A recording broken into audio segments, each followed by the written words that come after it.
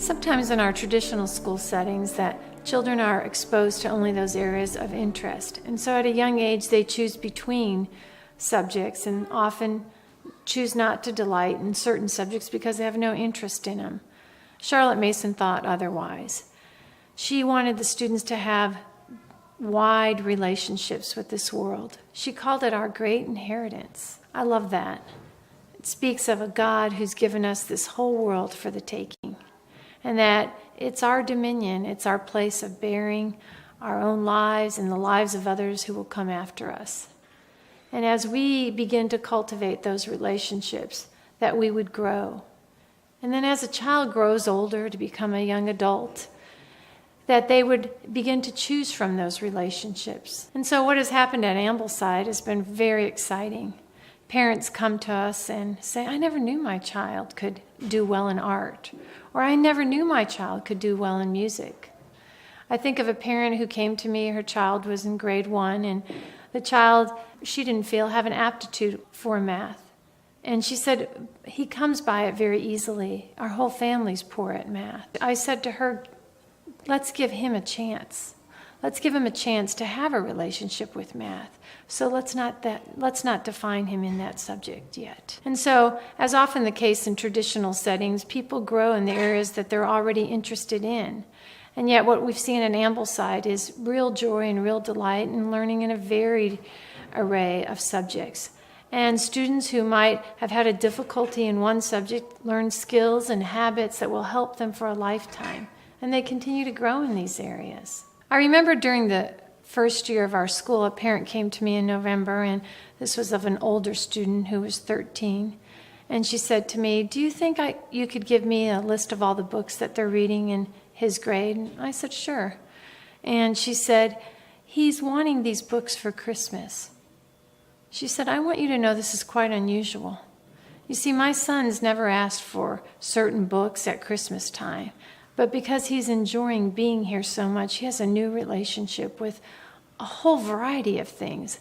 So you can see and imagine the thrill that was in my spirit and also in the family spirit as they saw their son growing in these varied relationships. It thrills a teacher to be able to work at a school like this as they engage with the students and have students come to them at different hours of the day. Or after school one day, I remember a young gal, the child had just been acquainted with division, and they were learning long division. And so she and her father got together one night and they began to do some division problems. And so she showed 5 to 6 pages of long division, and she was so excited about her work. And we see that with students in the area of science, that they delight in learning about anatomy, that they begin to talk about their bones as they're friends of theirs. Throughout the years of being a part of education, I realize it's such a privilege to be in relationship with young people and to be in relationship with knowledge. And that in a regular course of my adult life, I don't read widely in science and history and poetry about composers or about artists or involve myself in handwork. But as a classroom educator, I have all these varied relationships.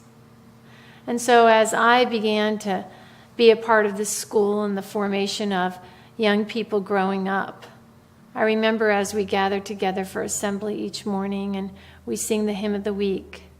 And many times I would just be quiet and stop singing myself and just listen to the full voices of young men and young women, of little boys and little girls, singing with their hearts outbursting the songs of the hymn, the words of the hymn. And it was such a satisfying experience because there wasn't the kind of shame or I'm a male or I'm older and I shouldn't be singing in this way. But there was a sense of this is what I ought to do. My voice cries out in song. And as I see students be active in conditioning, one of the conditioning teachers was telling me a story about that they had begun the running course, and at the very beginning 11 and 12-year-olds were struggling with running a whole block. They were huffing and puffing and whining, and this teacher urged them on to go a little further, to go a little further. And then in the course of about 8 weeks, they were running over a mile without a pause and without too much of a puff. It was exciting to see them working toward a goal and that all the students were effective in reaching that goal.